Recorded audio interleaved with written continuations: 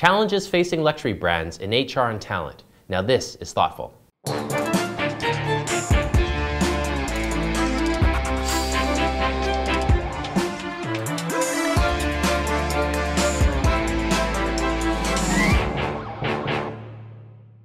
Hello, I'm Trevor Lai in Shanghai. This week on Thoughtful China, we'll address the special challenges facing the luxury sector when it comes to HR in China. Both at the marketing and retail levels, very specialized knowledge is required for companies selling high-end accessories, jewelry, watches, and other luxury goods. That level of knowledge and experience is expensive and difficult to impart in a country without a strong service sector. Our guests will look at these challenges, and our own PT Black will look at some surprising opportunities in luxury HR. But first, with us is John Seliger, the president and CEO of Coach in China. John, thanks for coming in today. HR and talent issues are tough for every company in China, as the market is developing faster than the staff have time to gain experience. So how is this different for a luxury marketer compared to more mass market brands such as P&G or Nike? Well, as you know, to set the stage, Coach is a New York-based purveyor of luxury handbags and accessories for men and women.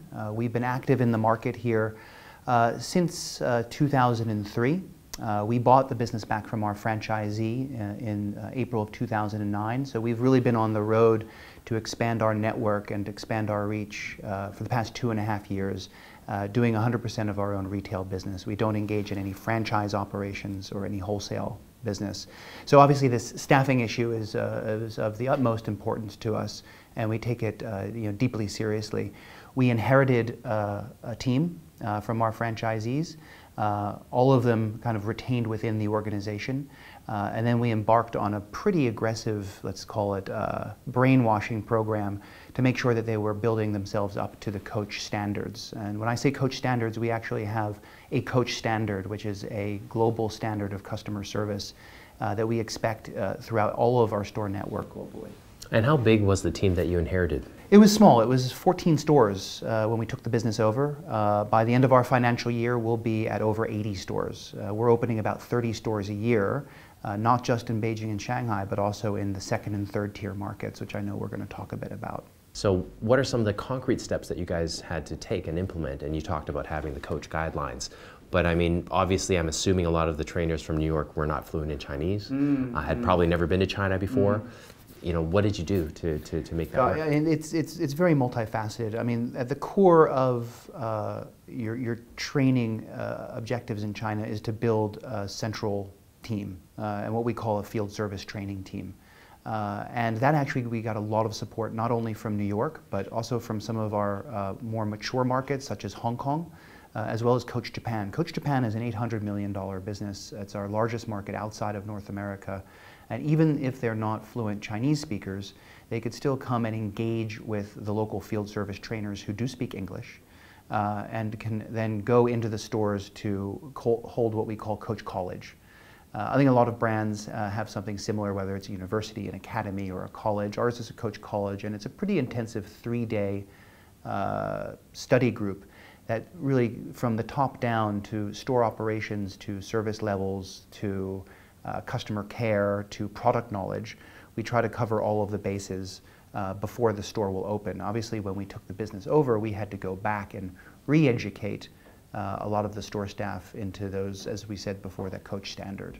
But the Coach College curriculum, presumably for Japan, for example, was tailored to that market to some extent, you know, to grow it into the $800 million business. Yes and no. I think that any global brand is going to have a global standard of customer service, of customer care, of basic product knowledge, of retail operations within the store. You have to understand that a lot of the training that goes into store managers, sales associates, is around how the actual store operates on a daily basis.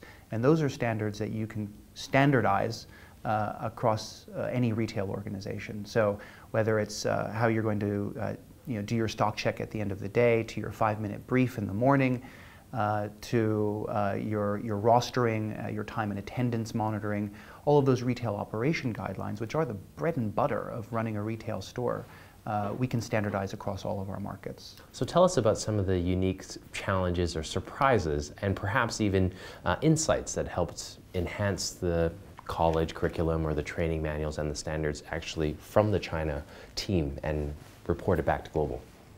I think what's probably more kind of germane to the discussion is how we really engage the people. And I think that's the more important thing, is when we took the business over from a franchisee who had a certain type of compensation model, heavy in commission, in order to drive the top line of their business. We knew that it was important for our teams to start to build relationships with their customers. And in order to build relationships with their customers, we needed a more stable team. So we rejigged the compensation model a little bit so that it was less heavy on commission, a little bit more heavy on base salary, so that we can keep especially in the early days, keep a more stable team. And that was something that we had to get a bit of buy-in from headquarters. That was a local issue, to get back to your question, as opposed to how they may have structured it in other markets. We knew that we had to stabilize the team, and to do that was kind of restructuring the economics of Sure, the compensation's huge their part compensation. The other thing that we did for our store managers, and this is more of a very important retention tool, because we have to remember that in a luxury store, the store manager is the boss, and more so than I think in any FMCG type of organization where you've got more fast-moving items. The store manager is the one who keeps your clienteling book.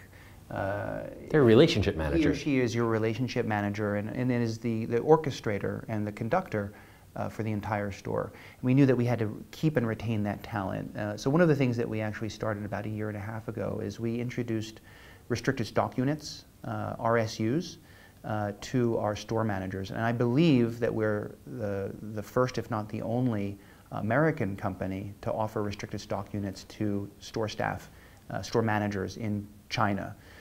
This is something that we offer all over the world, whether it's North America or Hong Kong or Tokyo, or now in Singapore. So we thought it was an important piece of retaining that key talent in our stores. And it wasn't an easy thing to do. We had to get special government approval from SAFE. We needed to do some pretty, jumping through quite a few hoops with the local authorities in order to get this done. But it's had remarkable traction. Thanks, John. Now we'll hear from PT Black with a thought or two about unexpected opportunities you might find in luxury HR. China is full of surprises. Today's is an exquisite irony courtesy of the luxury sector. We have people here to buy, but not enough people who can sell. Now I see it as a simple but fundamental problem. China's economy is evolving quickly, and there is lots of fluidity and opportunity for the right type of person. And who is the right type that brands are looking for to help them sell luxury? Someone young, attractive, charismatic, articulate, service-oriented, and reliable. That's an awful lot like the profile of any successful business person here. The only difference is that a business person has all that, plus sophistication and a Rolodex. And thus the dilemma. The luxury retail training focuses on building exactly those two things, empowering the trainees to switch roles, to stop selling and start buying. So what's the solution? One answer, look overseas. Greater Asia has a massively diverse range of potential retail team members, from the Chinese speakers of Malaysia to the luxury sophisticates of Japan and Korea, many of whom are learning Chinese now. Another option is to get even more creative. Your talent pool extends beyond Asia. There are Chinese speakers all around the world, many of whom fit the above-mentioned criteria perfectly. Rumor is that LVMH has figured this out and has been scouring top MBA programs globally for ethnic Chinese with an interest in adventure. What's the pitch? A chance to work with a fantastic company on the front lines of the world's most dynamic economy. And I haven't even mentioned the sample sales. So luxury brands, I feel your pain. It's hard. But at the same time, I can't help but root for the retail workers. Can you blame them for wanting more, for pursuing perfection? They learned it, after all, from the best. Thanks, PT. With me now is Tim Schlick, DDB's Head of Strategic Planning in Greater China, Yilan Shou, China Managing Director and Senior Vice President at Ruderfin, and Charles de Brabant, Asia Director at St. Pierre Brabant Lee & Associates. Let's talk about this issue from the ground up. If the frontline sales staff have never gone through an education or training program, how are they supposed to sell a product like a $500,000 RMB watch? what we hear from our clients is not really the difficulty to train the staff, but actually to retain them. So what do you do with staff that you have put a lot of money on to train them properly to work in a retail environment that gives the ultimate luxury experience, and 2 months later they are sitting in the next store. So this is much more of a problem, I think, at least what we hear. Well, I agree with you, because all the brands have their training programs. I mean, watch brands have very in-depth training programs. Globally, they have training programs. They bring it to China and all these kind of things. What they experience, I can tell you an experience of my client that what his concern is when I really spend a lot of time and energy and money, because he needs to send him to the Switzerland and do some very in-depth training, he becomes a star. Then he got the job offer from a competitive brand. What should he do about it? The turnover rate of China's retail service staff is pretty high. That is one phenomenon that you have to face. So what are some strategies? I would tend to agree that turnover is a critical issue, but I actually think that, I don't know whether you want to call it training or general attitude, is you've got to, you know, it's not because you go through a training that you become the Roger Federer of tennis. You have to be born with a certain gift or have a certain gift to serving. And you've got, I think, a structural problem in China is that with a one-child policy, you have a whole generation of people who are relatively young, and they're the ones that are the retail staff, by the way, who have all been served by at least 6 people. So how do you identify the people? Because I think it's a question of identifying the people. And also, what does it mean by training? Because training, the big issue in training is a lot of them get product training.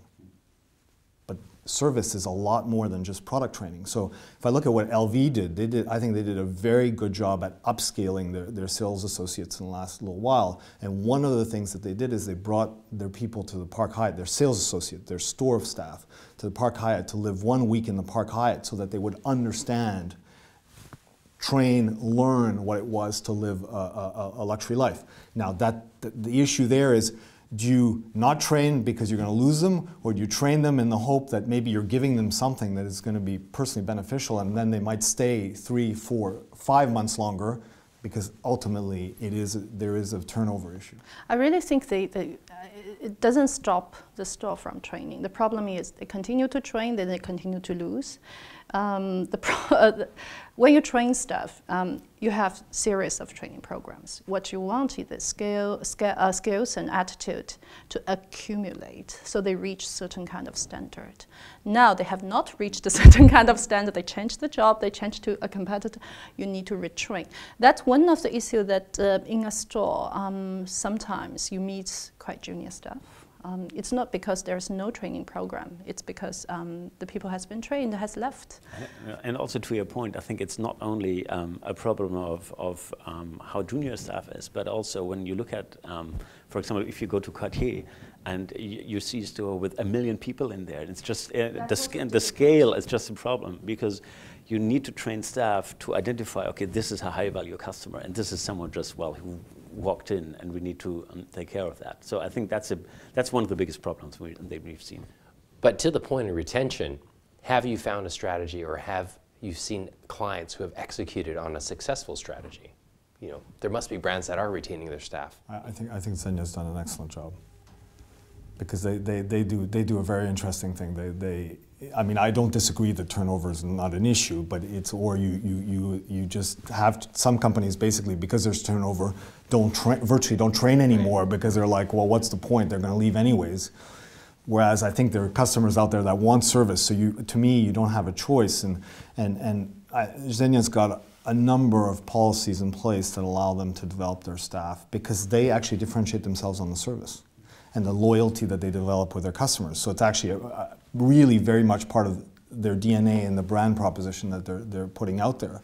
And I think they've done some very innovative things. For instance, they've got the way they remunerate their staff is quite innovative, because it remunerates both the collective success and also the individual success.